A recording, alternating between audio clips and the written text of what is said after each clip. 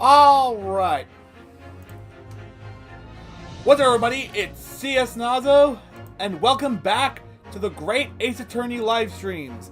Sorry we're running a little late. I had some technical difficulties that I did not foresee, and that kind of threw me off a little bit. Well, last week's stream ran an extra 2 hours, so I think I'm justified showing up 3 minutes late. 4 minutes late, whatever. Anyway, in the last part, we continued investigating the case of Professor Hairbrain, where apparently he killed someone and then transported their body through, what is it, instantaneous kinesis, I believe? So, yeah, we're going to head to the next trial phase.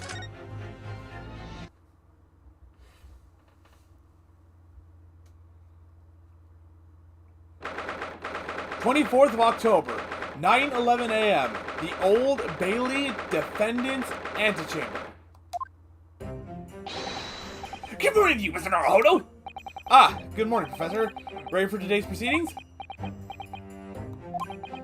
I hope so. I should be. Even I, with nothing left to... Good morning, I'm sorry. Good morning, my dear fellows! Oh, Mr. Sholmes! You're here! Why, naturally! A true gentleman stands shoulder to shoulder with his friends in battle at all times! Thank you. I really appreciate it. I'll see you later then. Now, Professor, we really need you to remain calm in the courtroom today. Yes. Do try your hardest not to enter the witness stand uninvited again. Yes, I will. I realize it was a mistake, but my dear fellows, I must interject. Oh, you're still here, Mr. Sholmes? What's the matter? Surely you've overlooked some praise, have you not, to be cast in my direction, Sorry? I don't follow. Must I spell it out? I, the great Sherlock Sholmes, the greatest detective of worldwide acclaim, arose at some ungodly hour to be here now, first thing in the morning. A miracle, you must agree. Well, if I must agree, then... As you know, my sleep is quite impregnable. Iris had to employ her full gamut of tactics. She pulled the covers off, shook me, poked both my cheeks, punched me, kicked me from the bed. Then she poured a boiling cup of her latest experimental blend on my face, and at last I was bestirred. Oh my, Iris has been busy. Iris doesn't have it in her to go that far. She's too nice. I sense the spirit of a fellow scientist, one who relishes infinite possibilities of blending tea. I'm the one worthy of praise here, not Iris. This is my victory. Sorry to cut in. Oh, you. Okay. Oh, Inspector Gregson. Good morning. Gregson, my dear fellow. 1 second. What's your expression at this delightfully early hour? I don't know. Maybe because I've been confronted with a grimmer expression, eh? Dear me, are you going to take that insult lying down, Professor? What? I don't know! Poor Professor. Anyway, here's the paperwork you asked for. What paperwork? I took the liberty of requesting it yesterday. I have a feeling it may prove useful. You wouldn't believe the hoops I had to jump through to get this brought out of the archives. It's the professor's autopsy report. That mass murderers? Who killed 5 members of the aristocracy? He was found guilty in a closed trial 10 years ago. It was all done. It was all done under wraps, and it was quickly executed soon after the trial. It's all in here. The killer's autopsy report has been entered into the court record. We're gonna take a look at that immediately.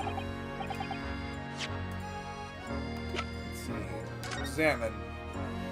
Condemned prisoner. Redacted for confidentiality. Pseudonym the Professor. Death by hanging. Confirmed at midnight. Hanging. I thought the story was that he was sent to the guillotine. Interesting.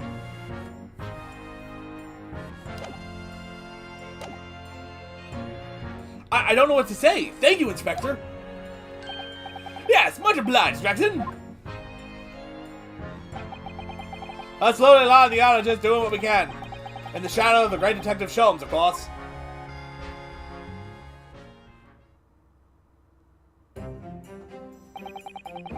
Well then, Professor Hairbrain, this is it. Today, we're going to lay all this to rest at last. I wish you the best of luck, Professor. I suppose he'll be in there today, will he? Drebber. Yes, we expect the prosecution to summon him as a witness. I'm so amazed that you managed to find him in just one day. I really owe you both so much. Counsel and the defendant. The trial is about to resume. Kindly make your way into the courtroom at once.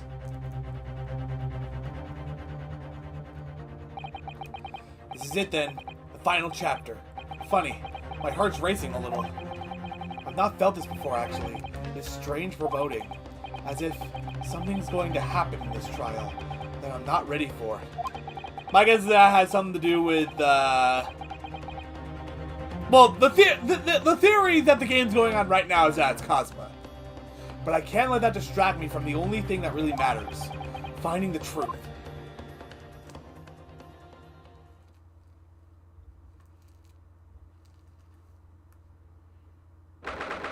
24th October, 9:30 a.m.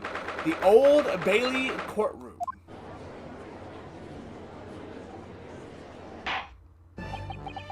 In the name of Her Majesty the Queen, I hereby declare this court to be in session again. We resume the public hearing of Albert Hairbrain, here present, who stands accused of murder. Are the counsels for the prosecution and defense ready to proceed? The prosecution is ready, my lord. The defense is ready, my lord. As promised, Lord Van Zieks has his apprentice with him. His apprentice with memory loss.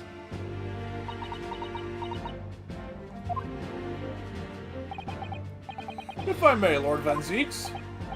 Yes, my lord? There appears to be someone standing at your side.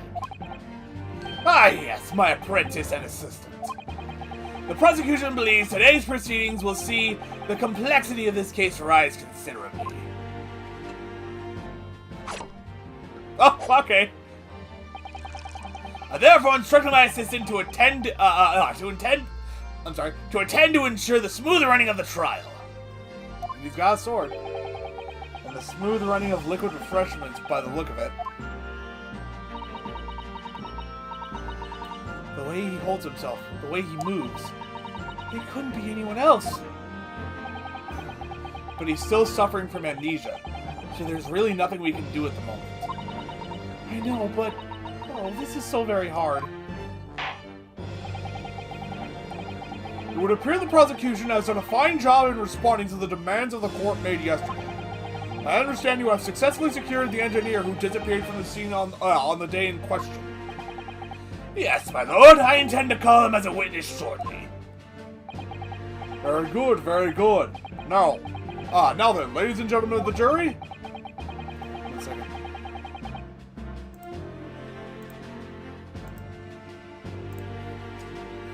Who have been chosen at random to represent the will of the people in this courtroom today? Are you ready and willing to proceed? Of course, but I don't remember the voices I gave these guys. Of course, my lord. I'm sure we all understand the importance of doing our civic duty. Why, defense? Why are you opening the court record? We haven't even questioned the new witness yet. I do so despise deception and deceit. I find it so very wearing. To take a man's life with a conjuring trick, it is against the magician's code, not to mention the law. Any fake scientist should feel the wrath of God, if you ask me. We have to listen to what's both sides of the fence. And, then settle on one. That's it, isn't it? Wasn't like this back in my day. Wasn't like this at all. If all parties are ready to proceed, you may begin, Lord Van Zeeks. Before I do, my lord, there is a report I must read to the court. Yesterday at the Great Exhibition Grounds, the evidence of primary importance in this case, the super high voltage instantaneous kinesis machine, which was installed on the experimentation stage, was deliberately destroyed in an explosion affected by an unknown person or persons. It was... What? I can't help but squeak. I don't know what's up with that. An explosion? See, there's the squeaking again. This is an outrage!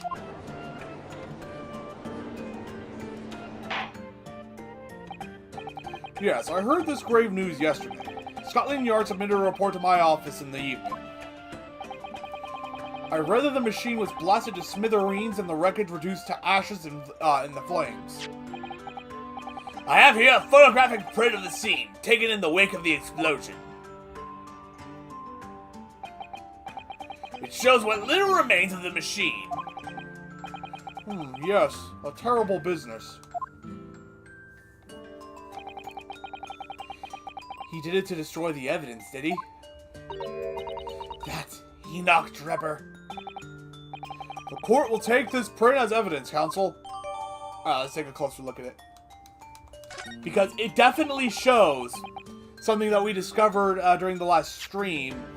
That, where is it? There it is. That it opens up. That much is clear as day.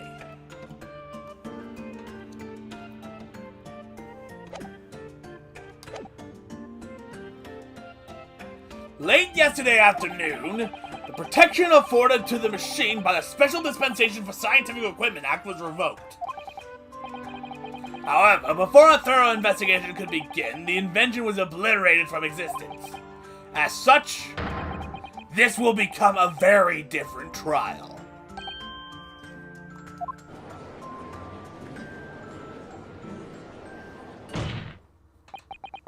As it stands now, with no evidence on which to draw meaningful conclusions, the authenticity of the kinesis machine will remain forever in obscurity. Indeed. A most unfortunate state of affairs. However, one thing remains clear. Sorry. The victim's death was the result of the actions of the accused. Of that we can be certain. For it was the accused himself who was operating the machine, and who ultimately caused its loss of control. Objection! As Lord Van Zeeks rightly said, this is a very different trial now. The accused accepts responsibility for his part in the events that transpired. He acknowledges that Mr. Assman died as a result of the accident caused by his machine's malfunction. However, unbeknownst to the professor, he was being deliberately deceived by a pair of clever fraudsters. Names, counsel, if you please. The engineer, Mr. Enoch Drebber, and the victim himself, Mr. Odie Asman. So what exactly were these two men up to behind the defendant's back? The defense intends to expose that information, thus establishing the unequivocal innocence of the defendant.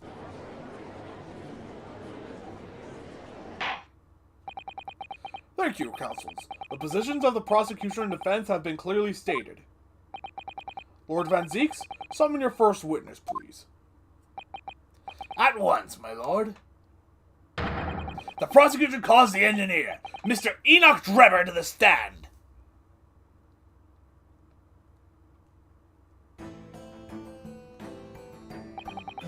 State your name and occupation for the court. Name, Enoch Drebber. Occupation. Hard to pin down, I would say.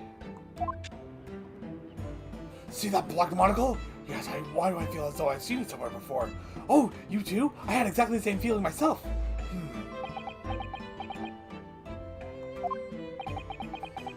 Your file indicates that you are currently being investigated in connection with another case. The theft of a waxwork model, is it?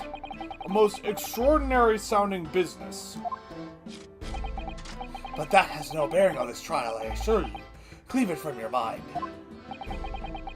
You're familiar with the public experiment carried out at the Great Exhibition some days ago? Hold on, did I say that right? Yeah. Okay.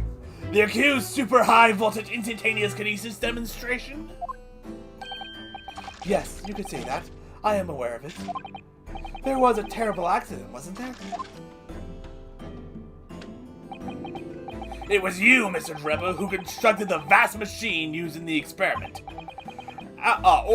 Or so our investigations indicate. Can you confirm your involvement? Yes, I constructed it in precise accordance with the blueprints, but that's all. Then the court would be very interested to hear your thoughts about the machine, I'm sure.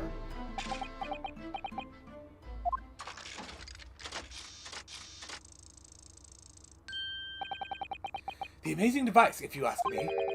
The pinnacle of modern science, making instantaneous kinesis a reality at last. What? Good gracious! Do you mean to say that the experiment was bona fide?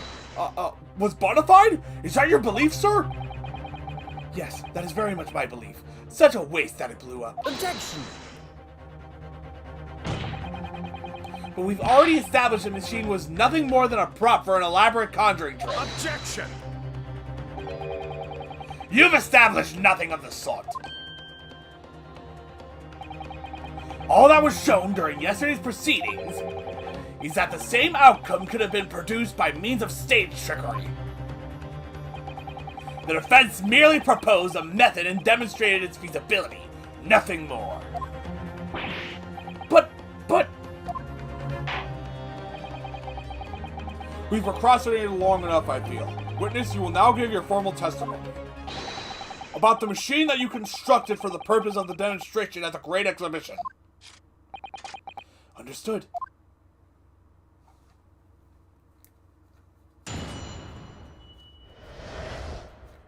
The kinesis machine.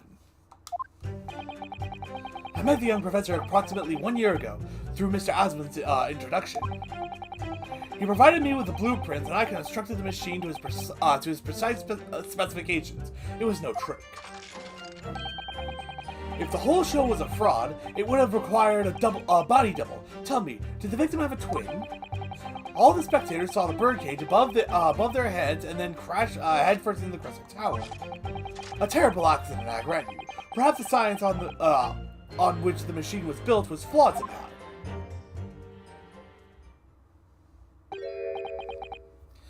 A body double?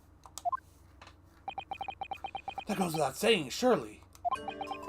To give the impression that something has moved when in reality it hasn't, it's a basic conjuring principle. The deception cannot be achieved without substituting the original with a fake at some point in the performance. But would I be right in saying you haven't managed to establish anything along those lines? Incidentally, the prosecution has already confirmed that Mr. Asman has no twin sibling. It's my understanding that this witness is well versed in conjuring artfulness. I'm sorry.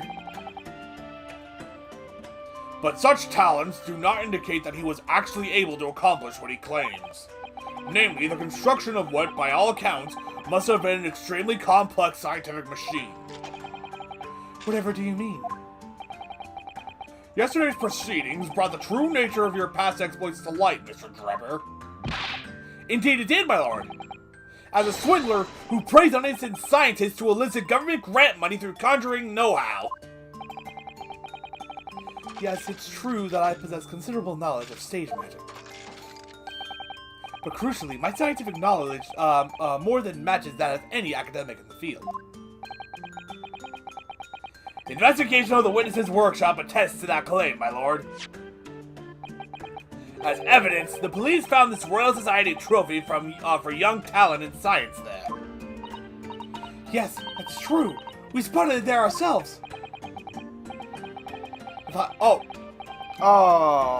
I just realized something. I made a mistake in one of my previous things. The professor was not sent to the gallows because he still had his head. It was just in this thing. Let me take another look at this.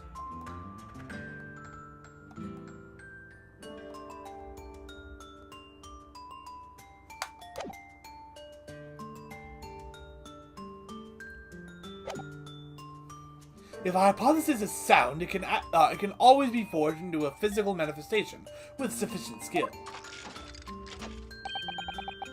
Though I may have sold the secrets of some deceptive wiles to sniveling, talentless scientists in the past.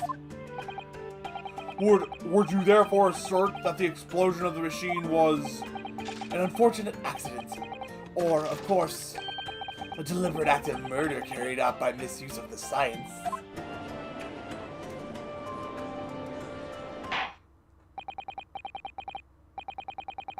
Counsel for the defense, your cross-examination, please?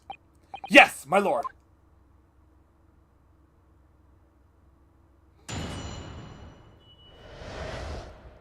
Alright, let's see here.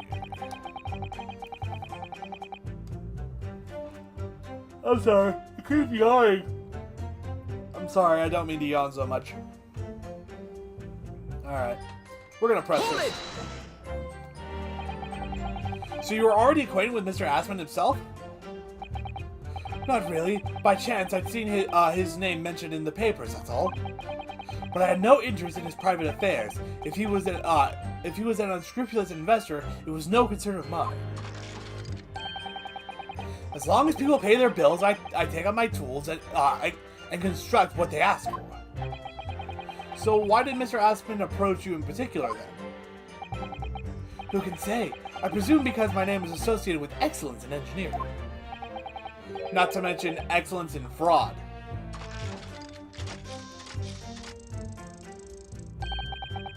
Hard to gauge, but the point is, all I did was construct the machine according to the blueprints I was given. In other words, the Kinesis machine was built on solid scientific principles. Yes, you might say that. Professor Harebrain certainly has a mind like no other.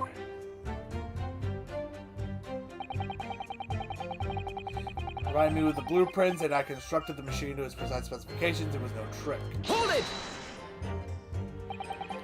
It's clear that you have both scientific knowledge and knowledge of conjuring magic, however. The more knowledge you have, the better equipped you are to handle whatever comes along.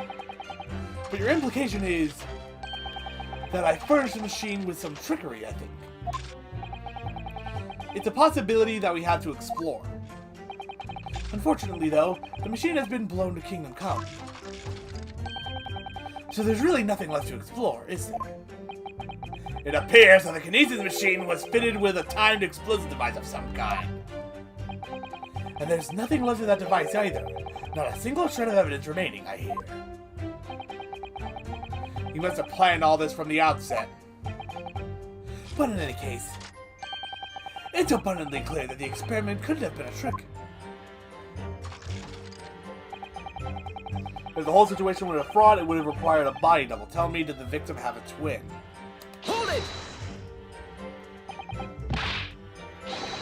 Of course, that's it! Mr. Assman was a twin! Objection! Perhaps my learned friend wasn't listening earlier. Mr. Assman has no twin siblings. No, I heard you before, but the thread of hope hadn't quite left me. The demonstration could have been a trick if there was somebody who looked sufficiently like the victim. But Dr. Scythe absolutely ruled that out as a possibility. It is beyond question that the victim himself, Mr. Assman, did move from the stage to the Crystal Tower. The fingerprints found at the scene attest to the fact. So it can't have been orchestrated. Can't have been orchestrated using someone who looked identical to Mr. Assman then. What are you thinking, Mr. Naruhodo? Oh, no, nothing. Just that the idea of someone who looked identical to the victim is playing on my mind. Yeah, so my thought is that it's the waxwork. The waxwork he stole was used as a body double.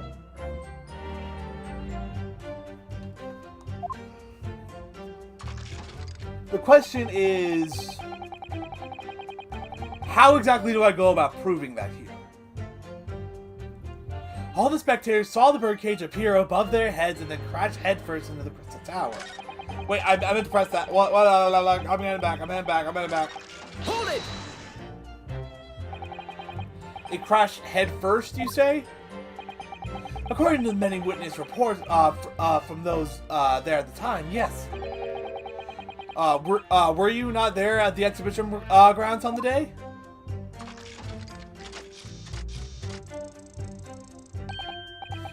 Unlikely. I rarely leave my workshop. Yet another of your unique inventions was found at the scene.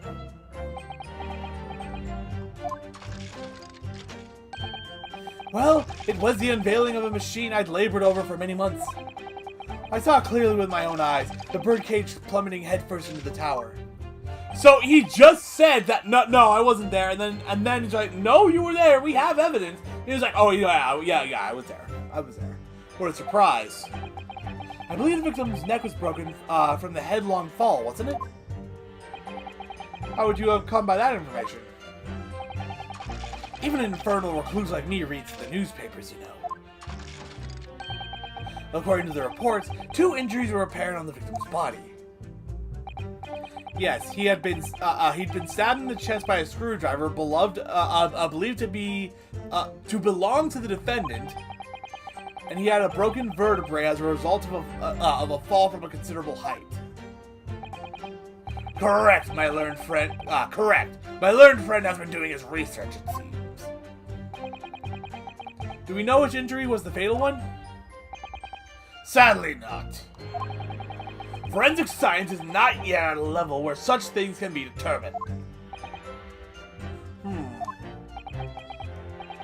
What we do know is that the victim died having sustained both injuries at some point during the experiment. And since he was found in the birdcage with his neck broken, it's obvious that he fell from a considerable height. I suppose that's hard to deny.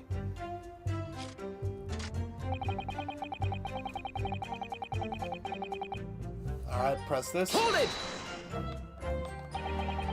So you understood the science, did you? Not in the slightest. Oh! Right. As I've said a number of times, I'm an engineer. My job is to manufacture according to the blueprints I'm given. I would be inviting manifold problems if I foolishly allowed my brain to digest the ideas behind them. I could be accused of stealing those ideas, for example. But how is it possible to construct a machine without really understanding the principles it relies on?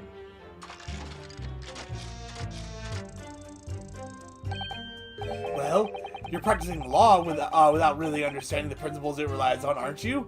Okay, now you're going to jail. You're getting the noose, my friend. Stand up for yourself, Mr. Naruhodo. The point is, the experiment resulted in instantaneous kinesis taking place. As such, the science must be sound. Yes, and really experimental results are all that matters when it comes to proving a hypothesis. He's certainly very sure of himself.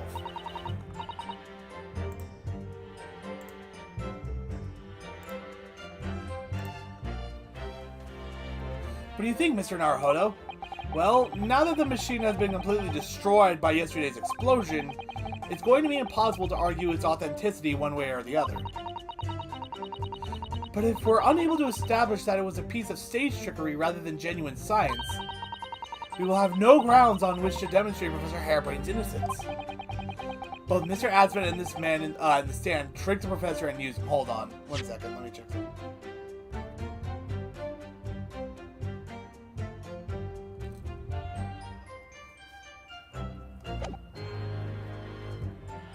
Both Mr. Asman and this man in the stand tricked the professor and used him. They took advantage of his naivete and his unbending belief in his work, and I won't let them get away with it. And seeing as the professor is an old friend of Lord Van Zeek's, what on earth must he be feeling towards his brother?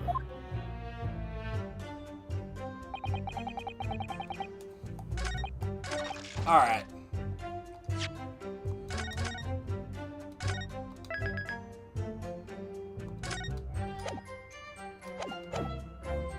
Alright, now let me see what to present here.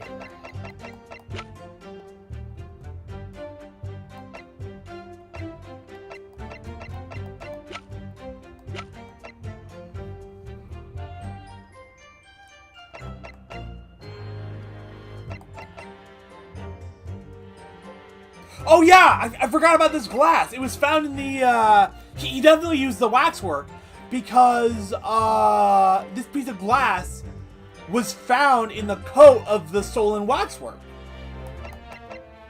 Objection. Okay.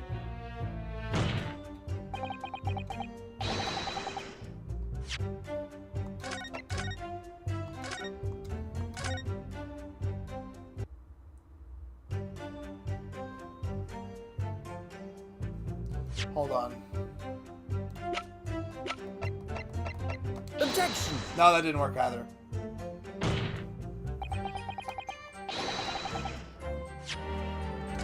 Nope, no.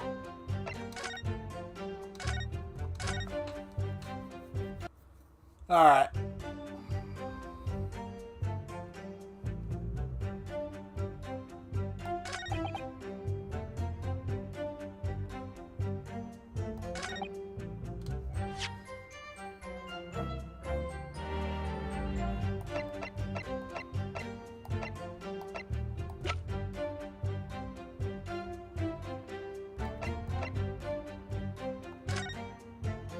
Oh, wait! Hang on!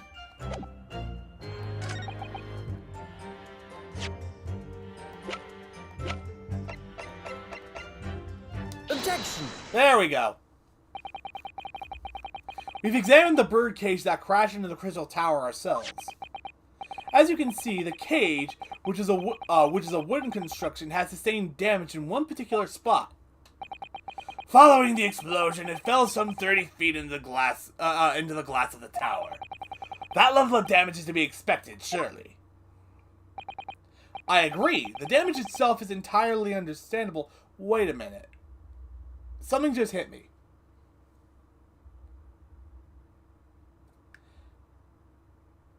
Maybe it was,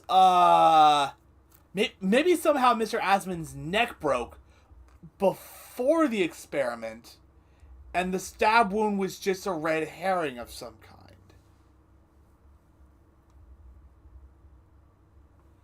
No, he would he have had... I'm not entirely sure. Anyway, I'm just gonna have to see where this goes. I agree, the damage itself is entirely understandable.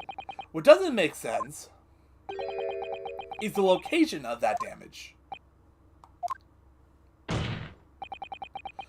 All the breakages in the wood are at the base of the birdcage, not the top. What are you saying? That's the opposite of where they should be. That's right, my lord. The birdcage that was at the scene is damaged at its base. So we have reports of the birdcage falling headlong into the crystal tower, yet the damage is at the bottom. The only way to reconcile these two facts is to accept that there were two bird cages in play that day, which were at some point switched.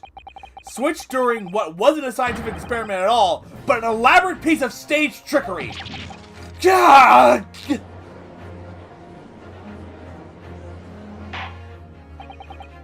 Good gracious! Explain yourself, witness! Well... If we examine the facts, there's only one logical conclusion we can draw. The damage on the base of the bird cage clearly indicates that it had crashed tail first into the tower. Objection. But multiple witnesses reports claim it fell head first.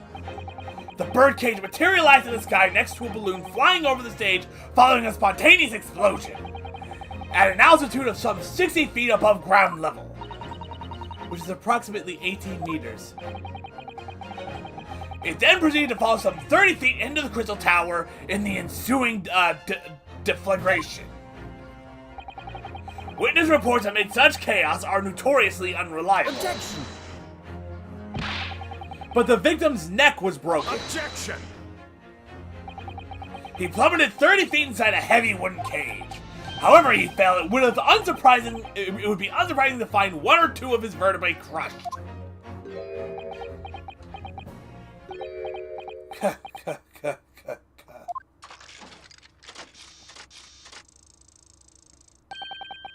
A riveting scientific analysis of a riveting scientific analysis of events for the prosecution there. Though to be even more rigorous, you would have to say it was only one vertebrae, actually. He wasn't quiet for long. I find it hard to see what's motivating Lord Van Zieks. This witness is clearly a swindler, and one who deceived a personal friend of his. If you're going to establish this deception, do it right. Sorry? I feel like that's the undertone here. Ah yes, there's one more point. The defense appears to have forgotten. It obviously wasn't a trick, as a certain truth very plainly demonstrates. What? It seems to me that the cross-examination had better continue until we resolve this matter. Mr. Drebber, you will amend your testimony with details of this truth.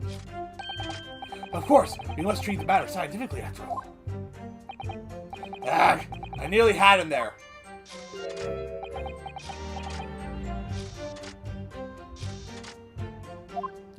I'm sorry, I like his robot movements. The kinesis clearly took place, because there's nowhere else 30 feet high for the birdcage to have fallen from.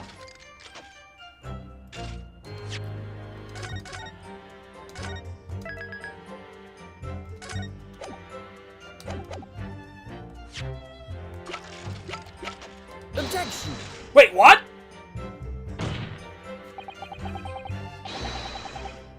Oh my god. Okay, what do we do now?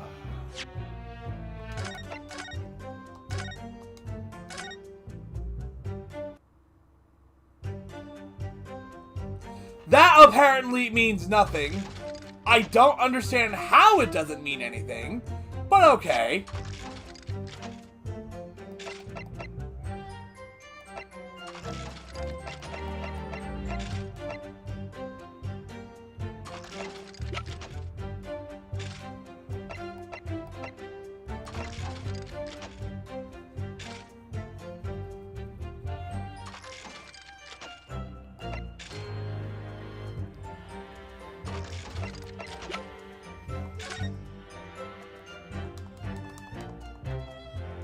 Oh, I just noticed that it has a, the magnifying glass has a shadow.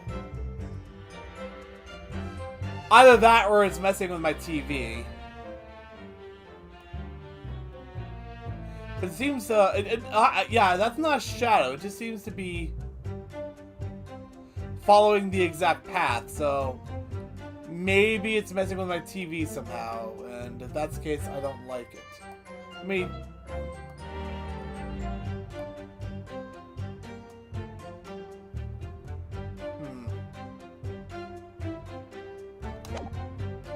okay, back on topic.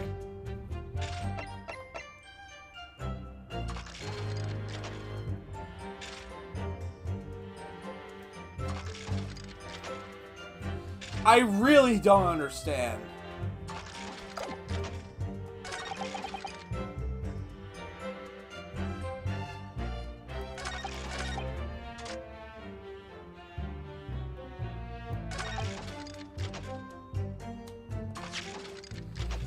Well, let's press this. Hold it!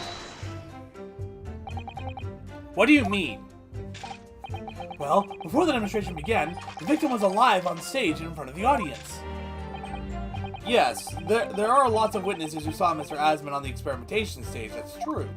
And the victim's neck broke as a result of an impact following a fall. Logically, therefore, the victim must have fallen from somewhere. The balloon that exploded was at an altitude of 60 feet. The point of impact on the tower was 30 feet up. The difference of 30 feet is therefore the total distance the birdcage fell. And there's no other location from which the cage could have fallen that distance if it didn't drop out of the sky. Ergo, the victim himself must have been beamed from the stage into the sky above the Crystal Tower. A trenchant scientific analysis. Dear me, every time I hear it explained, it sounds increasingly plausible. Oh yes, it was all very well thought out. Certainly all the spectators on the day saw it. The birdcage plummeting 30 feet through the air, I mean. Irritatingly, yes. Well, that accomplished nothing. Because the stage itself is pretty clearly high up. Yeah, look, it's about like the same height as the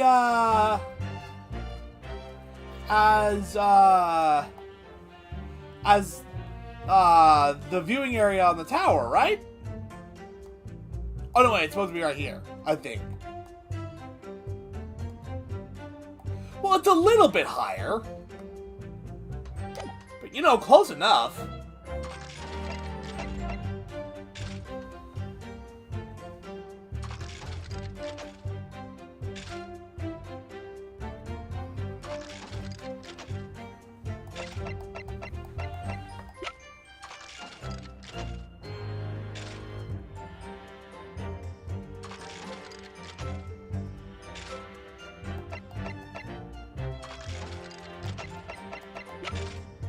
It has to have been this.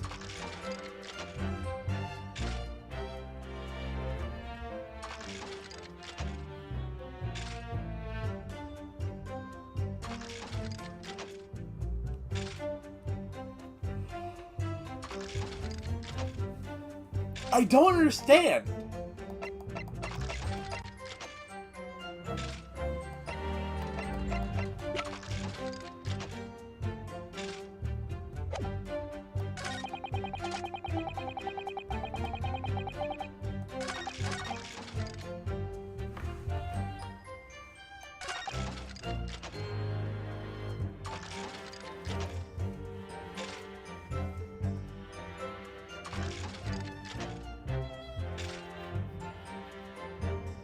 Oh, here we go again.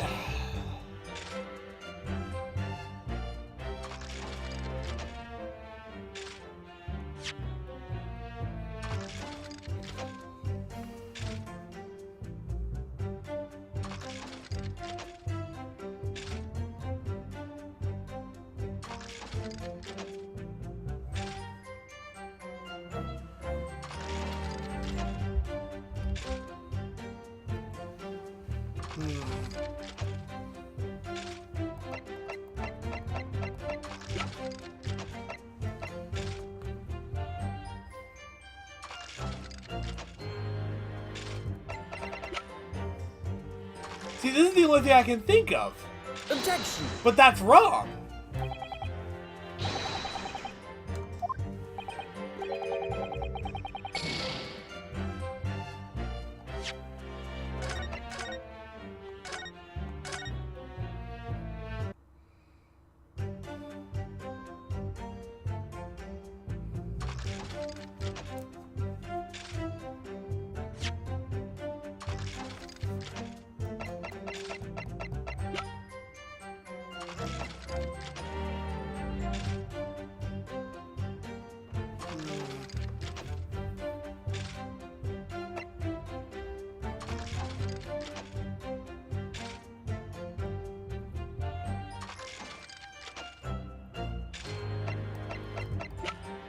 Maybe I present this?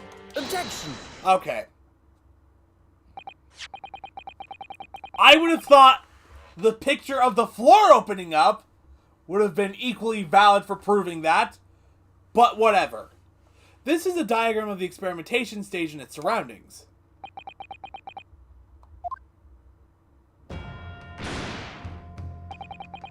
We know that somehow the birdcage appeared in midair before falling down to the crystal tower. A fall of about 30 feet, or 9 meters. However, if you examine the diagram carefully, you'll see that there is one other possible location from which the birdcage could have fallen. The same distance of 30 feet. No!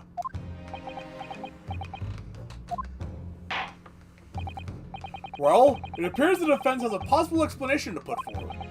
Go ahead, counsel. Yes, my lord. Of course. You will indicate the place to which you are referring on the same diagram. The alternative location from which the birdcage could have possibly have fallen the requisite 30 feet. Right here. Take that! The place I'm referring to is Here! But that's where the birdcage would have to begin with.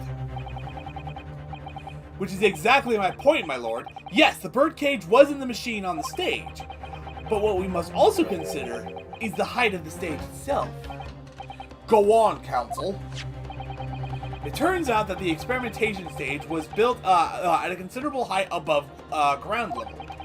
If you look at the diagram, in fact, you'll see it's at about the same height above the ground as the balloon was above the crash site.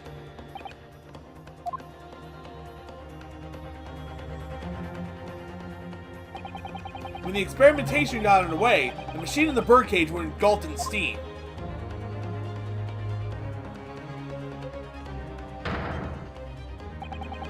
At that moment, the floor of the stage gave way, and if we assumed there to be a void underneath, this birdcage and the one seen by the audience would have fallen almost exactly the same distance.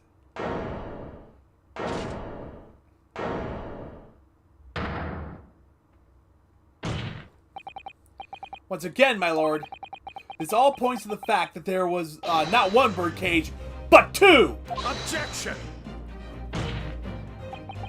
My learned friend has no evidence that the stage had such a contrivance in its design. Someone is responsible for the criminal destruction of the Kinesis machine itself, it's true. However, the stage still stands. And take a moment to look at the photographic print of the scene following yesterday's explosion. Good lord, the metal grill that formed the floor of the machine is undone. Yes, most likely blown open by the force of the explosion that destroyed the rest of the machine. The defense calls for the space below the stage to be investigated. Immediately!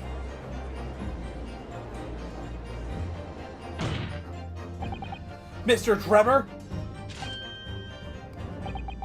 It was you who built the Kinesis machine.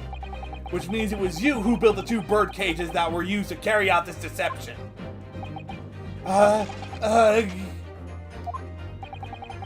Whether Professor Harebrain's hypothesis is sound or not makes no difference. Because the construction of this machine that matters, because it's the construction of this machine that matters. A machine designed to take Mr. Asman's life. And lay the blame firmly at the professor's door. Something that could only have been carried out by you, Mr. Enoch Drebber.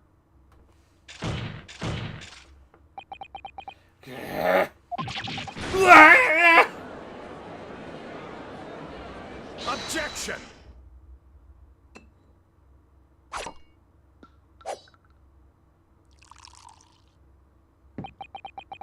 If my learned friend has reached the end of his wild assertions, the prosecution would like to crush the defense's argument slowly, but surely. What? Your argument fails to hold water. On 2 counts. 2? Firstly, before and after the experiment, this witness went nowhere near the Kinesis machine. Every relevant member of staff from the exhibition has attested to that. And I believe members of Scotland Yard have also been on watch duty at every public experiment. In other words, Mr. Drebber had no opportunity to switch the alleged pair of bird cages. Objection! But I've already explained why he wouldn't have needed to. The nonsense with the crossbow, that doesn't bolster your case at all. The man who disappeared from the stage and the man who crashed into the tower are one and the same. The forensic investigation team's report is unequivocal on that point. And the second flaw in your assertion is a distinct lack of motive. Why would this man have wanted to take the victim's life? He had no reason to do so. A motive? Do I have to think of everything myself? I have here a contract provided by the witness. What contract is this, Lord Van Zeeks? The contract under which Mr. Drebber entered with the victim, Mr. Asman.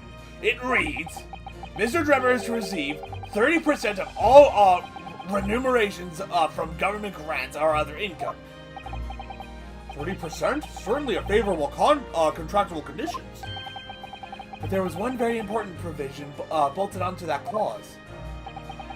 What provision? Mr. Trevor may only uphold this right on condition that both contracting parties are alive. In other words, if either of us were to die, the contract would become null and void.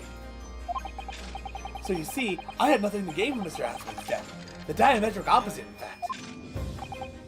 Ugh. Need I say more? The witness had neither an opportunity nor a reason to commit the alleged crime. In short, the possibility of Mr. Trevor having done as you suggest is nil. Ugh. Ah!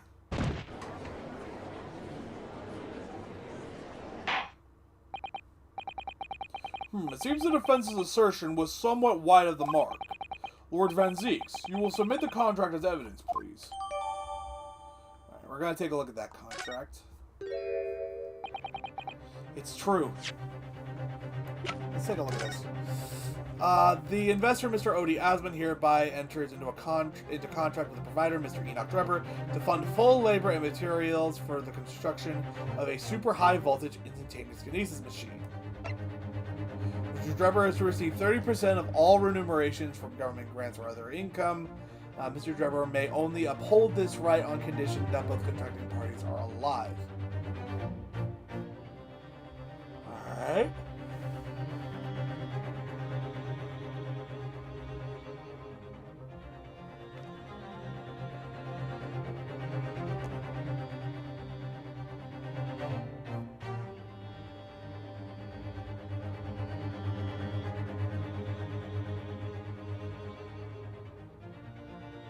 Crazy idea that is most likely wrong.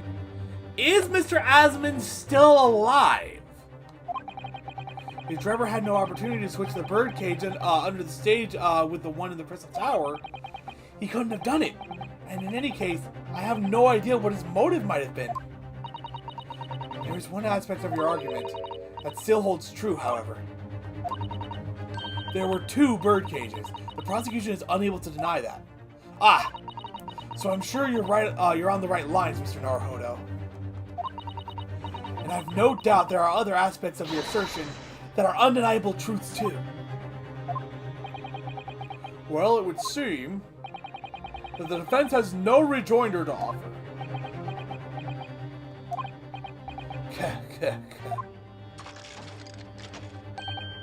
Well, I must say I'm a little surprised.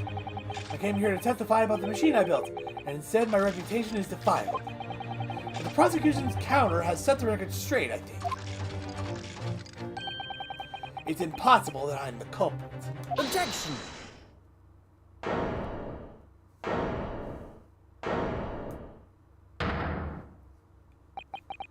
At the beginning of this trial, we believed that there was only one birdcage. Yet now we know there must have been two. In other words, there was more to the demonstration than we realized at first. I think it's abundantly clear that the same applies to the culprit. Get to the point. The stage demonstration was constructed and set up in its entirety by you, Mr. Trevor. Therefore, it's inconceivable that you had no hand in the events that transpired. If circumstances mean it's possible that you could have carried out the crime yourself, it points to the fact that someone else was involved. Someone else? Counsel, are you suggesting... Yes, my lord. Mr. Trevor had an accomplice. Objection!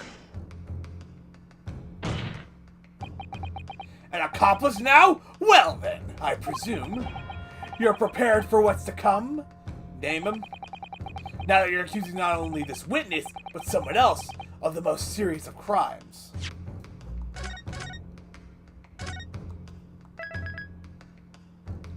Strange to think this. Is Mr. Asman still alive?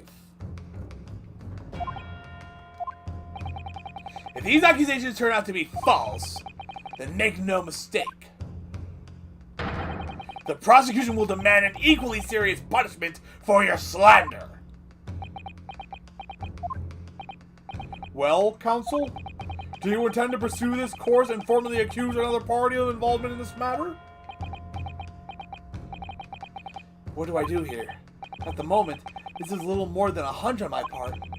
I don't know for sure if Trevor had an accomplice, or even if he really is the culprit, or even if he really is the culprit here. One way or another, though, I have to make my position clear, as a lawyer. So what's my stance going to be? Did Trevor have an accomplice, or not? I'm going to say he had an accomplice. The defense is ready to name Mr. Drebber's accomplice. Somehow the two bird cages must have been switched. Everything points to that. Yet according to the coroner's report, that's not a possibility. Let me check the court record again. Because the only person I can think of is Mr. Asman. Let me take a look at this.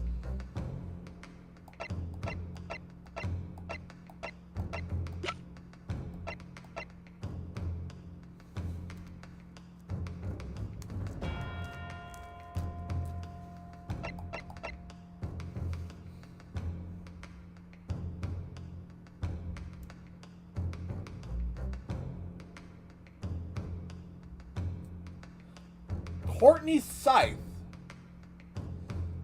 There's another strong possibility.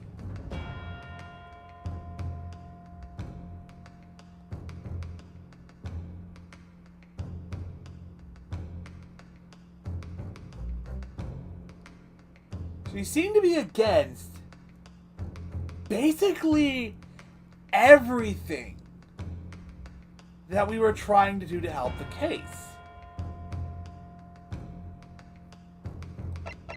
Oh boy, this is a coin toss.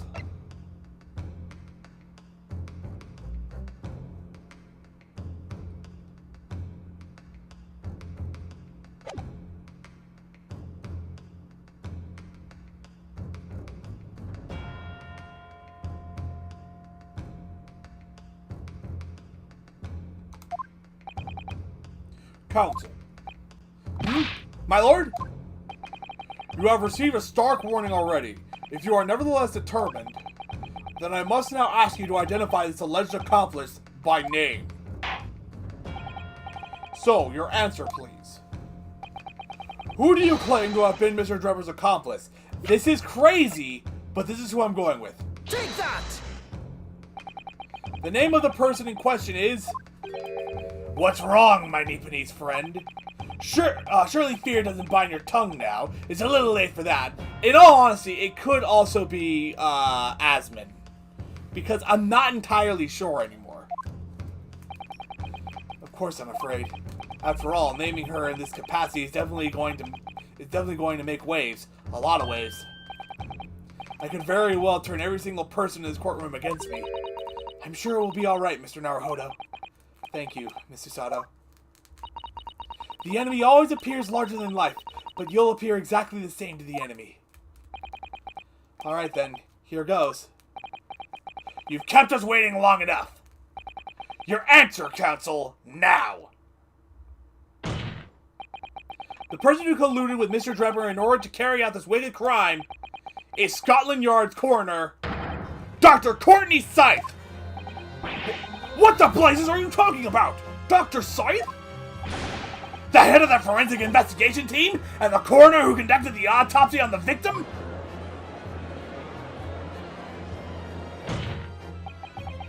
We know there were two bird cages, so who could have carried out the switch to complete the illusion?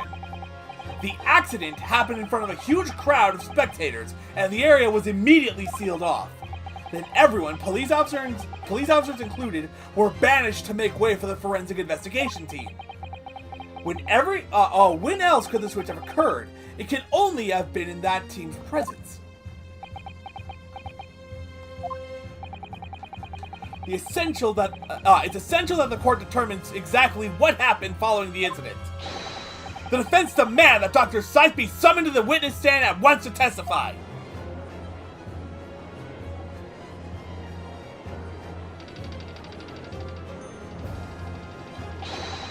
You got nerve, lad! Nerve lad? Nerve lad. Standing up there dragging the yard's name through the mud? I didn't mean to... I know the woman very well. There's no better dead room worker out there. How dare you call her a criminal? My learned friend's imagination appears to be wilder than the East End at night. But the recklessness of your accusation aside, there's another grave problem with your argument. One which the prosecution demands you address at once. A grave problem? Oh my word. Who do you claim acted as the victim's doppelganger? What? Certainly, if the birdcage containing the body of the victim was exchanged for another, the birdcage must also have contained a body. And yet, no missing persons or accidental deaths of anyone even remotely resembling the victim have been reported. Which means there was no one, dead or alive, who could have fulfilled the role of a body double for Mr. Osmond. That's true. If my argument is that there were two bird cages, there must also have been one person inside each. But I don't know if I've got an answer to this yet. Have I? We got something. We got the waxwork.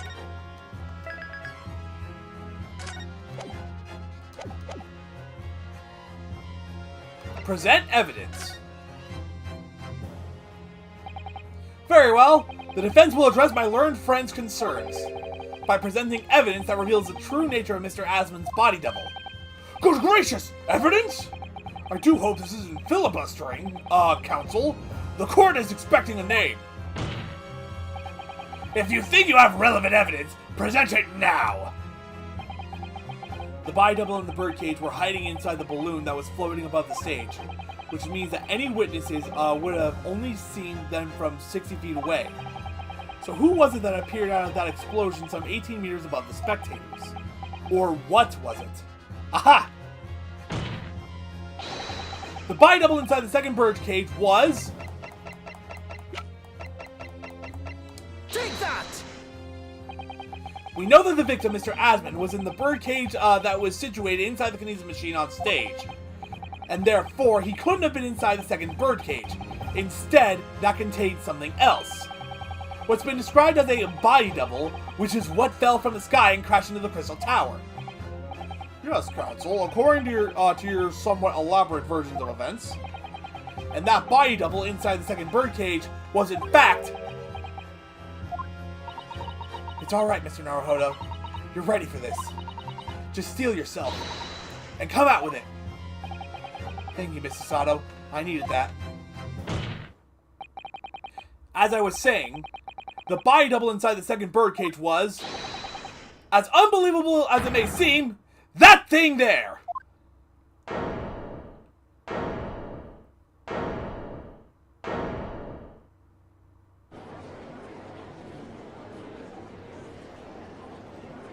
Objection!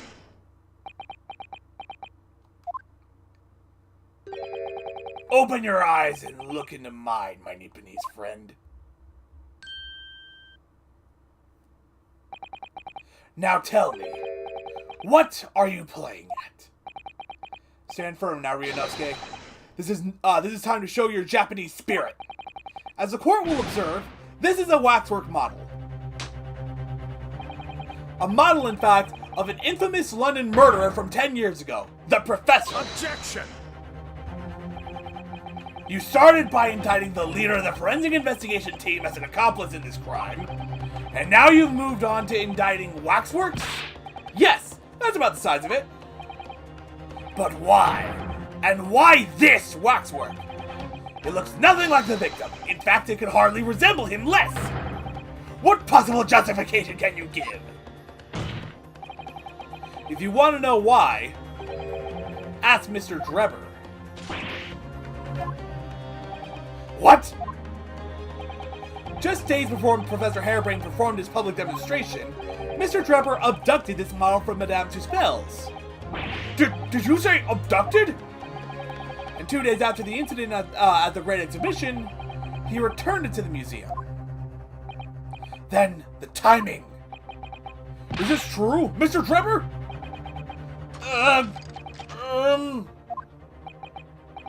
At first, I couldn't see why Mr. Drebber would have stolen the waxwork and then given it back again.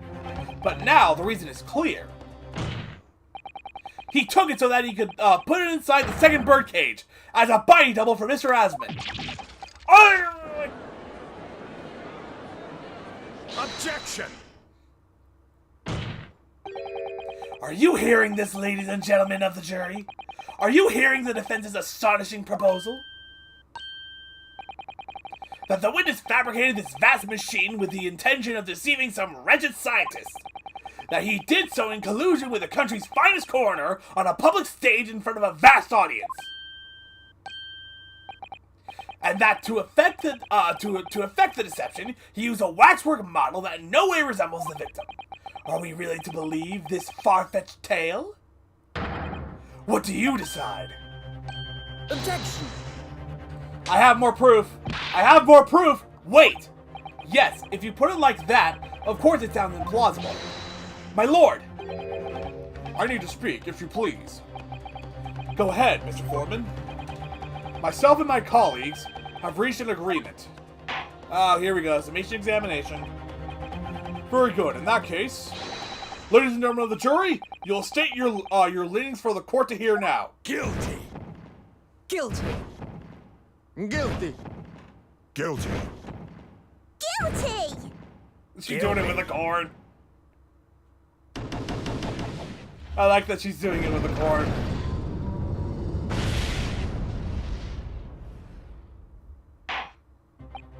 So, as indicated by the foreman, the jury has reached a consensus.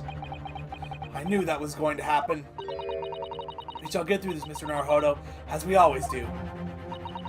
And uncover some new truths along the way, I'm quite sure. Yes, I agree. I'm going to have to appeal to the jurors as usual, and see if I can persuade them to change their minds. The defense will now embark on a summation examination. Are you and your Are you and your fellows ready to proceed, Mr. Foreman? We are, my lord. Very well.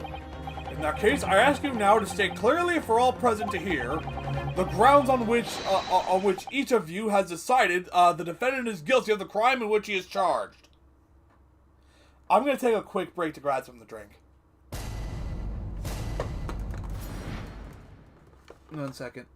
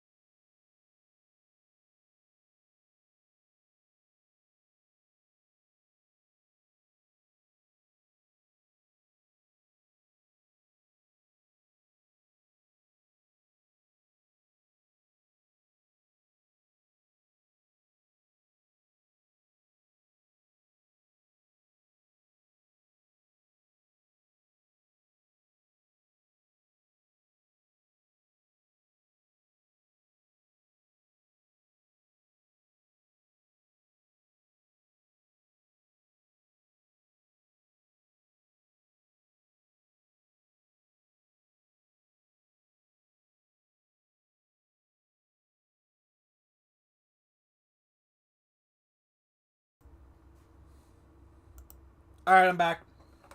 Let me just get back to the control room. There we go. I've known that woman for years. She'd never be an accomplice to anything. It's utter nonsense to think those two would ever be conniving with one another. Oh dear, this is most troubling. But surely the waxwork the man stole has nothing to do with the coroner, is it?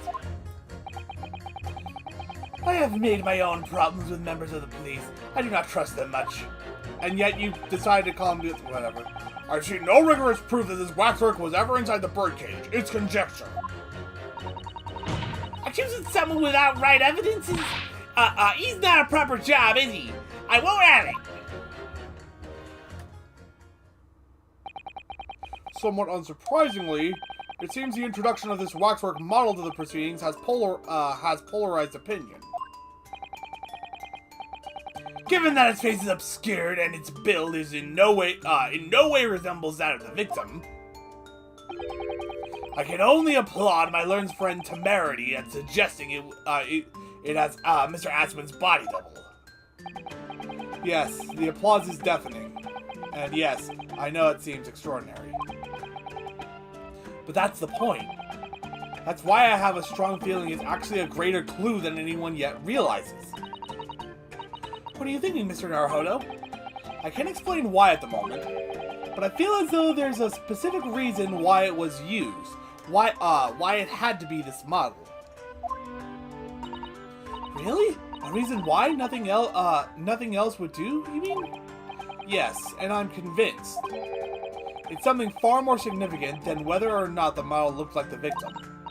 Well, if that's the case, we must prevent the trial from ending prematurely at all costs. Yes, agreed. I have to find a way out of this. If you are ready, counsel, you may proceed with the summation examination. Yes, my lord!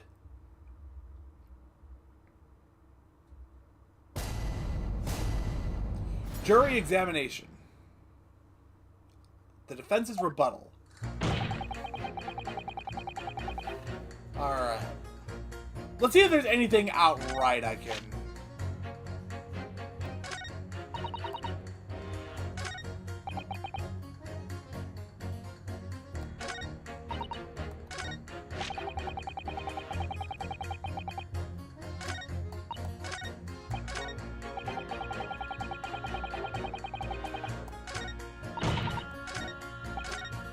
Alright, I'm gonna have to press these guys. Hold it! The order of things seems to have changed around here for some reason. I'm a copper, lad. That's not the voice I gave him. It's a copper's discretion to bend the rules sometimes, when needs must. What's wrong with that? Where do I start? I've been working at the yards for 40-odd years. That's even more than I thought. We've only had a metropolitan police service in town for 70 years, you know? Of course, times have changed. The public didn't trust coppers back when I started. It was rough.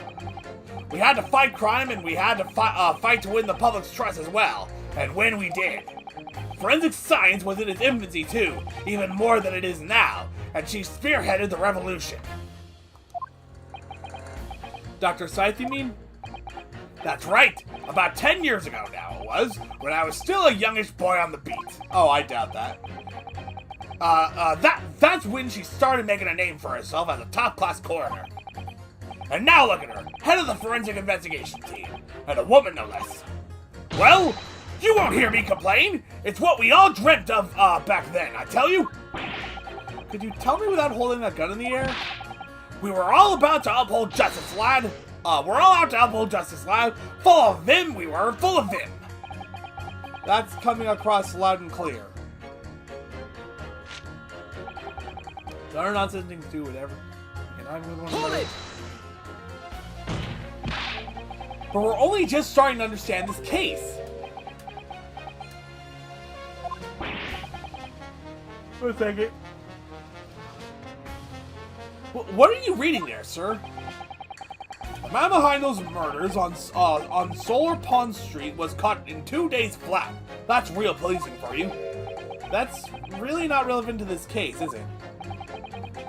You're wrong there. It's because it was Dr. Scythe in charge of examining the bodies. And it was evidence arising from her work that led to the arrest of the scoundrel responsible. Oh.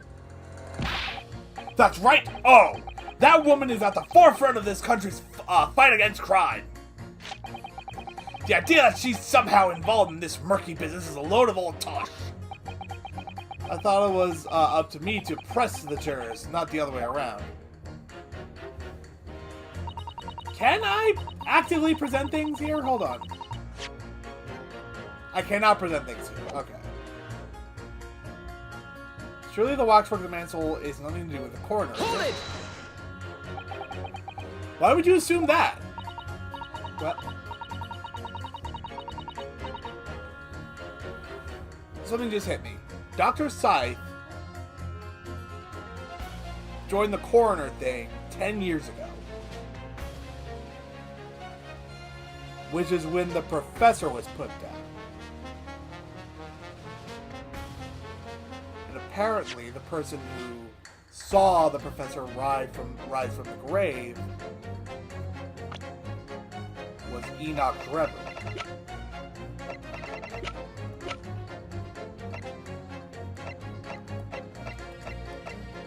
She's the professor.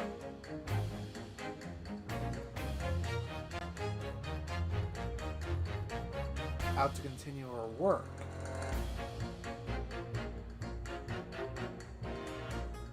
So Enoch is the accomplice and Scythe is the murderer.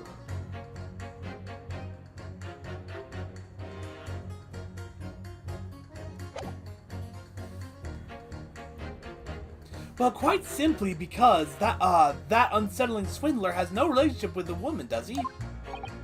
True, as it stands, we don't know of any connection. Oh gosh, but it would be delightfully romantic if they were somehow to have a mutual interest in the waxwork. Romantic? Women of society such as myself views everything in terms of relationships, you know. I'm not gonna touch that one. Well, you learn something new every day, even if you don't want to. One might wonder about a possible relationship between the defendant and this coroner woman. Or perhaps between the defendant and the handsome prosecutor just there. This woman may be more astute than I've been giving her credit for. If that's the woman's stance, then perhaps demonstrating some connection between the waxwork and Dr. Scythe would be enough. Yes, I agree. As soon as we have even a whiff of a connection, she'll be the first to know. So so she did change hers, I believe. Okay, this must be troubling, but surely the waxwork demands still have nothing to do with the corner. Okay, so if I establish that, I've had my own problems with the police. Hold it! What sort of problems? Let's just say we've run into each other on numerous occasions while I've been performing on the streets. Right, I see. Obviously, artists such as myself cannot appear on stage as we work in close proximity to our audiences. So we perform our great magic in parks, on street corners, and the like. But the police use any excuse to make our lives difficult. Excuse me? Excuse me. Do you have something to say in response to that, Mr. Automo? Who are you calling a mass murderer? What? Sorry, my mistake. I got confused because I heard you look like him. I don't look anything like the man! You want to be locked up, Sonny? Thanks, Mr. Sholmes. Perhaps we could move on. I was really wondering if you had something you wanted to add in response to what juror number 3... Hold on. What do you say? What?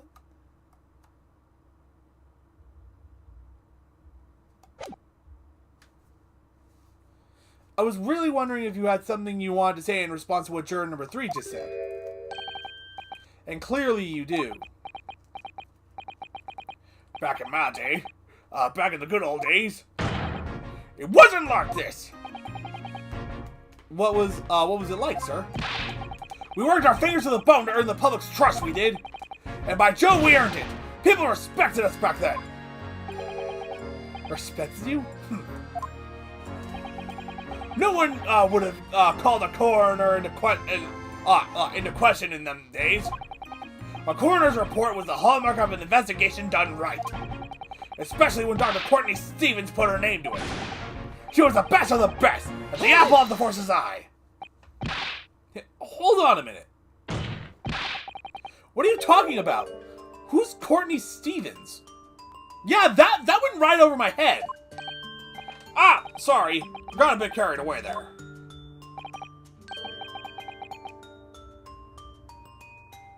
Okay. What? Oh, hold on. Nah, I think it was always Courtney. Her maiden name. So that was before she was married. Of course, yeah, silly me. It's Scythe now, isn't it? Stevens. I'm sure I've seen that name somewhere recently. Let me...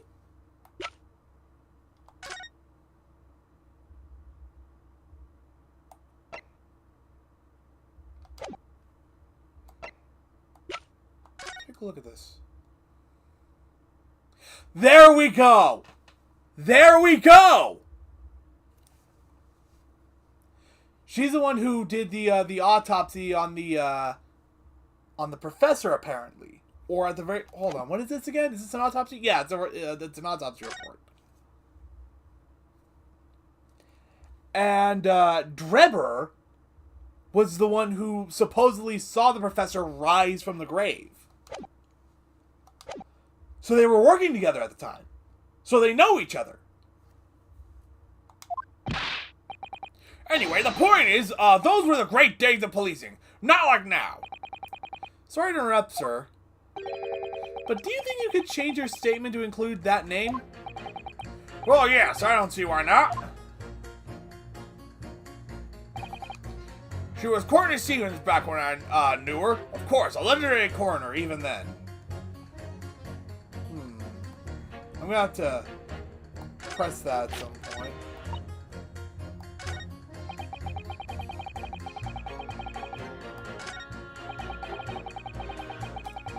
See, no rigorous proof that this waxwork was ever inside the birdcage is conjecture.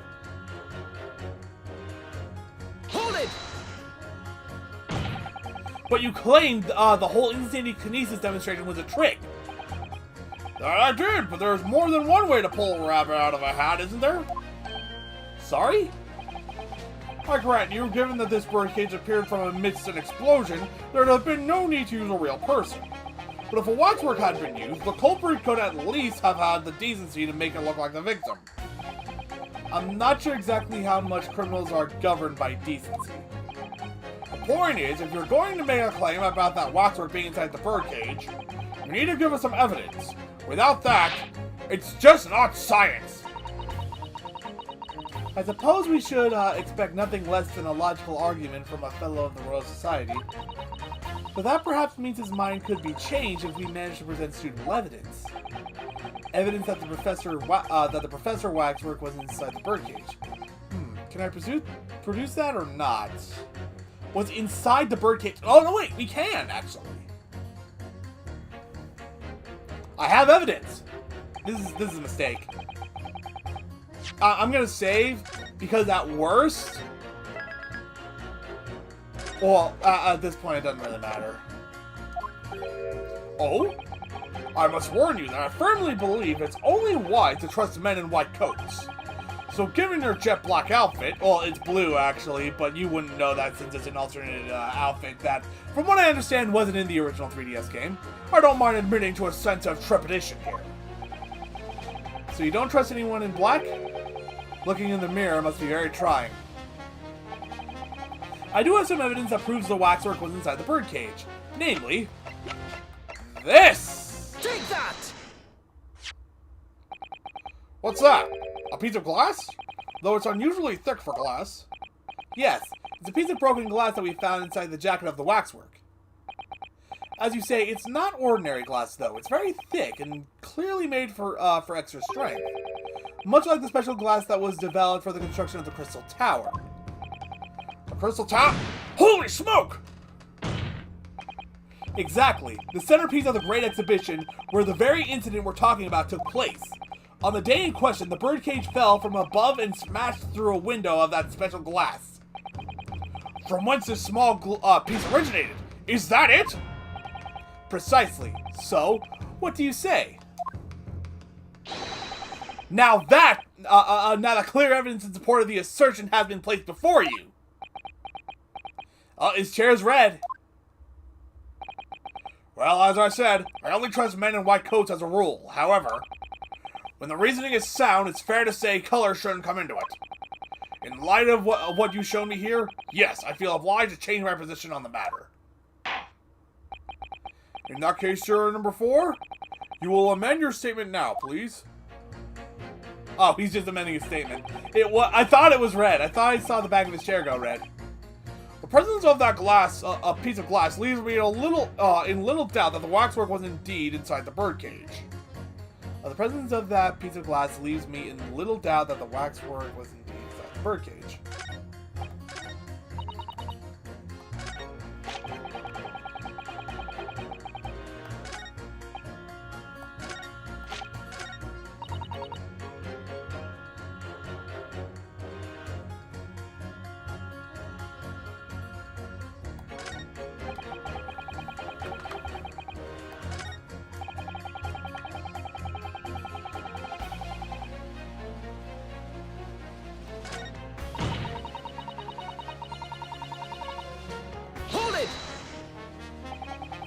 gotta ask, why have you brought that corn into court with you?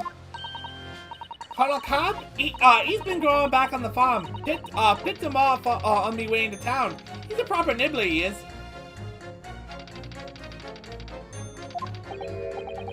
Yes, the nibbling seems to be taking quite a while. Maybe you could wait until after the trial? Oh, I don't like the sound of that. I need kennels at all times like these. Whenever I've some map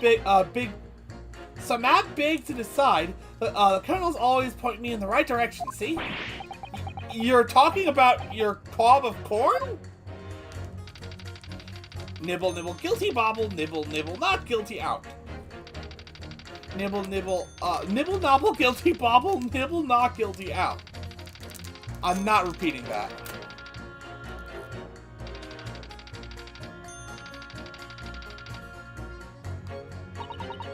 Perhaps it's akin to fortune-telling with flower petals like people do back home. So Professor Hairbrain's fate is to be decided by a cob of corn. Could you not at least wait until we've heard more time to find the truth before deciding the defense guilt? Oh, I don't know about that. Me tum's awfully full already. Amazing. End the coroner, Ryunosuke! Now!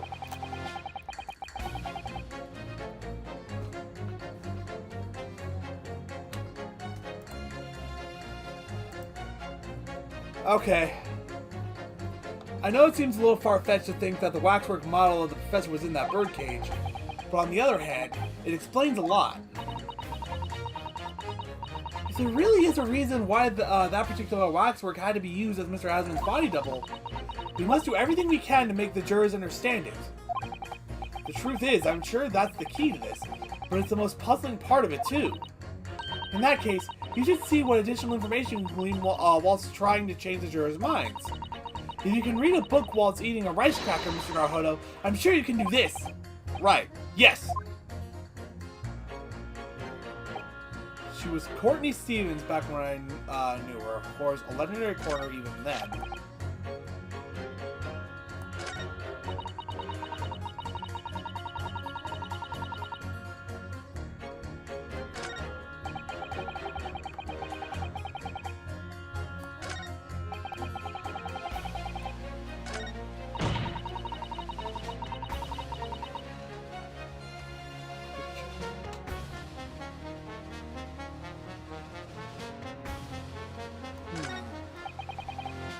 See, I don't know what exactly to present. I don't know who to pit against who.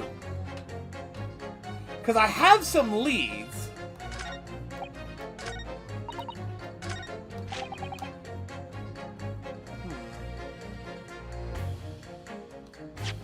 Saving.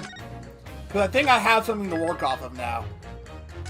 I think I just came up with something. Hold on. Objection! That's false!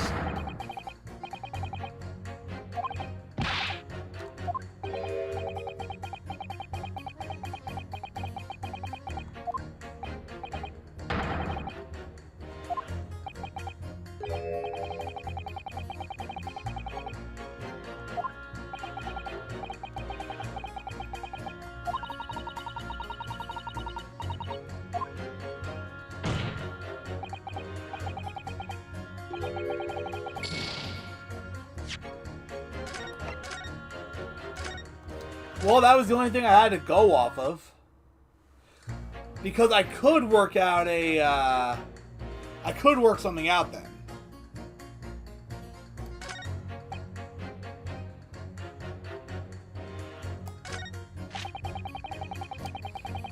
Let me see if there's something else with Courtney Stevens' name on it that'll give me an idea.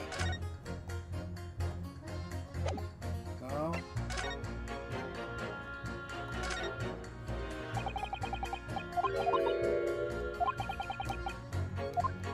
Hold on, let me read that again.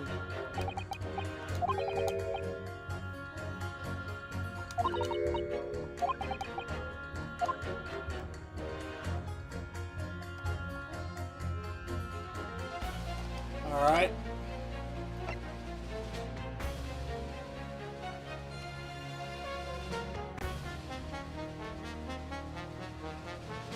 Oh.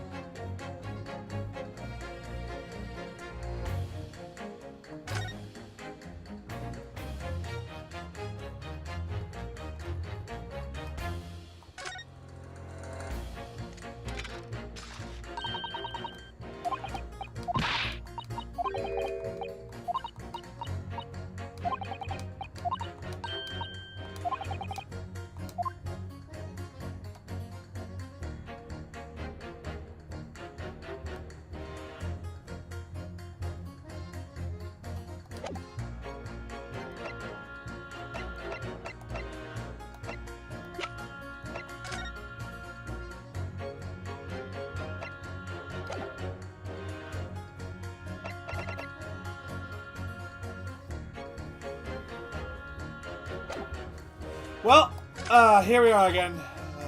Surely the wild. Hold on, let me do a corner with it.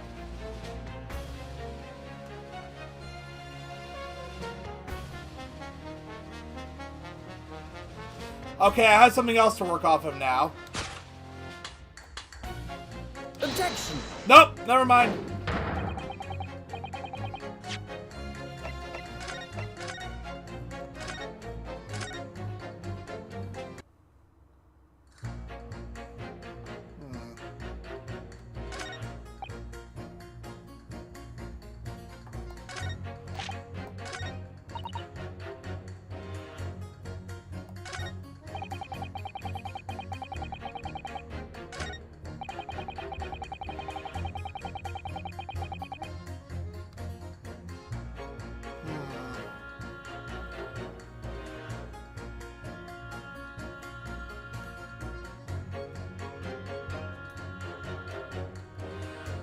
Okay, well here's a shot completely in the dark. Objection! Yeah, that's what I thought.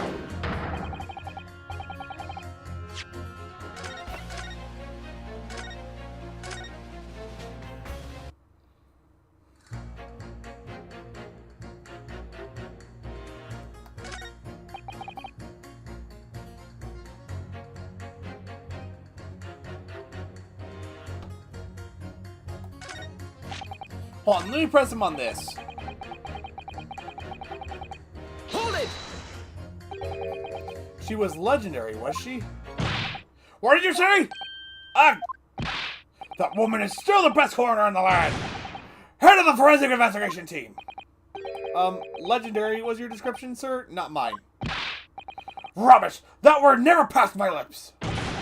I never described anybody that way, ever. Not if they were still in the game.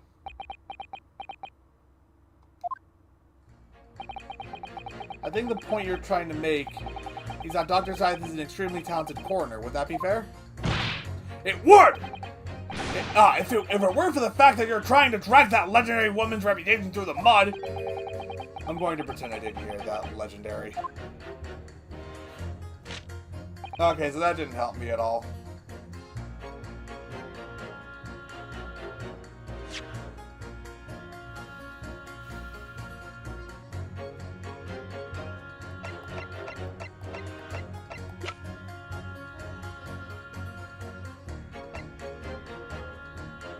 Okay.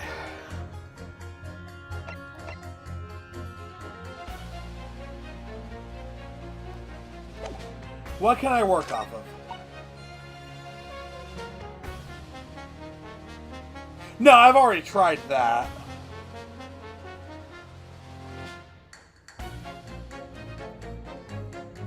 Let me Hold it! hear the hint you get from reading this first.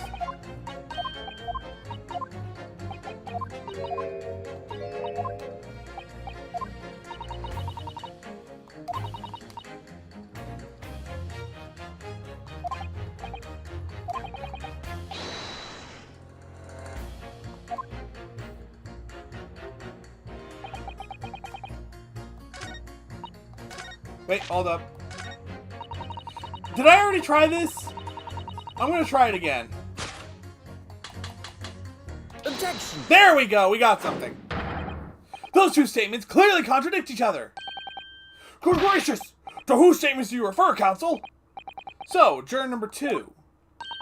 Oh gosh, me? What can I do for you? I presume that you heard what juror number 6 said in his statement. It's brought to like the main name of the coroner, Dr. Scythe, which in turn revealed a connection that wasn't apparent before. Well, naturally, as a woman of society, I find such connections and relationships irresistible. But oh golly, I'm afraid I failed to see what you mean. Dr. Scythe's main name is Stevens, and through that name, the coroner is very definitely linked to the waxwork of the killer. The defense has evidence to prove it. My goodness, evidence you say? How utterly enthralling. Counsel, the court cannot overlook that last remark. I very much hope there is substance to your claim. Of course, my lord. I would ask the court to look at this. The evidence that clearly links Dr. Scythe to the mass murderer known as the Professor. Take that!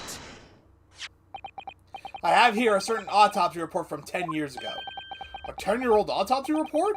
What relevance does that have? It is, of course, from the autopsy of the person portrayed in the waxwork, the killer known as the Professor. The Professor's... But the man was a capital offender, so... That's right. This is the certification of death that was drawn up after the convict's execution. The identity of the killer was never made public, so the report gives few details. But what's important is the name of the coroner who wrote it. Courtney Stevens. Oh my! Courtney Stevens? Strike a light! It appears that the professor's autopsy was conducted by Dr. Scythe 10 years ago. And a few days ago, Mr. Drebber very deliberately stole the waxwork of the professor from Madame Spells. A waxwork that doesn't in fact resemble the victim, Mr. Asman, at all. And do you suppose there's some unsavory relationship between those events? Absolutely! I'm sure of it. There's no doubt in my mind that the professor case is at the heart of a link that we have yet to uncover. Between Dr. Courtney Scythe and Mr. Enoch Drebber. Hidden links, mysterious connections, secret relationships. This is all most extraordinary.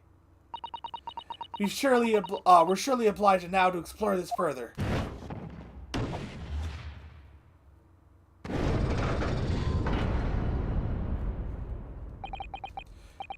Quite right. We can't let this trial come to an end now.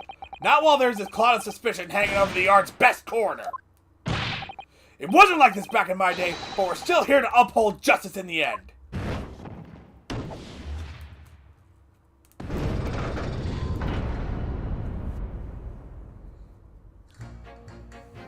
Alright. Excuse me. Let's see what else we've got here. Oh wait, hold on!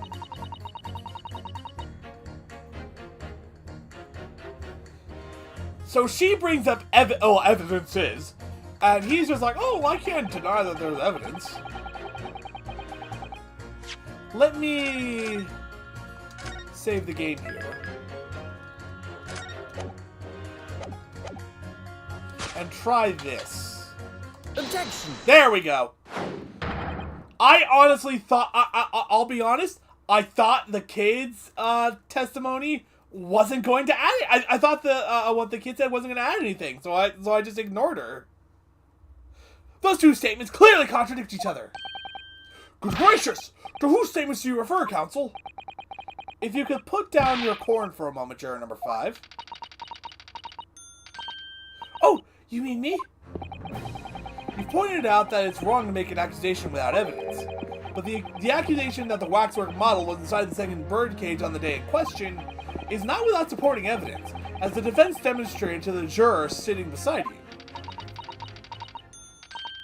Oh, is that right? Would it be fair to say you didn't follow the argument? I don't understand much besides Colonel Cobb, to be honest. Your Honor, I'd like a replacement juror. If if I could interject here, please do, sir. Now that this assertion of yours about the waxwork has been backed up by some solid evidence, it would be wrong of me as a man of science not to pursue the matter further.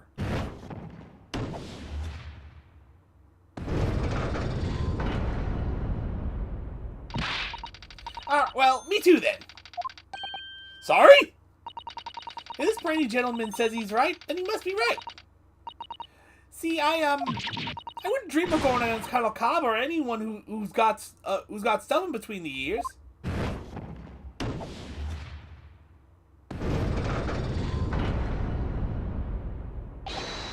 Success! If you can call it that. Thank you, counsel. That'll do. As a result of the summation examination, the jury's overall leaning has changed. 2 jurors now call guilty, against 4 who call not guilty. Accordingly, the court has failed to reach consensus at this time, and the trial must continue. We did it! Oh, well done, Mr. Naruhodo. Another wonderful victory.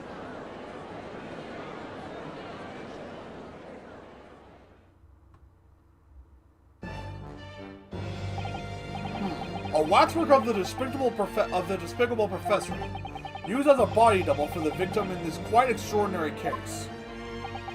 I must say, it's extremely hard to believe the assertion could possibly be true. However, it would appear that it does at least warrant a further investigation. It's the waxwork of the professor that links Mr. Drebber and Dr. Scythe. And I'm convinced that there's a special significance to that link. I don't know what you're hoping to prove, lad. I really don't. The truth, sir, by using evidence and testimony. If the court is to delve deeper into the alleged involvement of the waxwork in this case, then the prosecution calls for the owner of the model to be summoned as a witness. The owner? Madame Tuspels. I really thought that Lord Van Zeeks would object to this whole line of inquiry. Very well, I concur. Make arrangements for Madame Tuspels to appear as a witness, with immediate effect. Listen carefully, my learned friend. Oh, yes? You should know that you're on the brink of opening Pandora's box.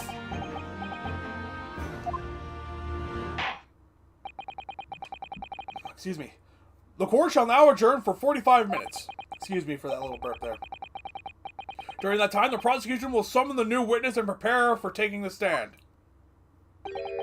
Madame Tuspels, yes. I shall see to it at once, my lord. To be continued? To be continued! Alright, good.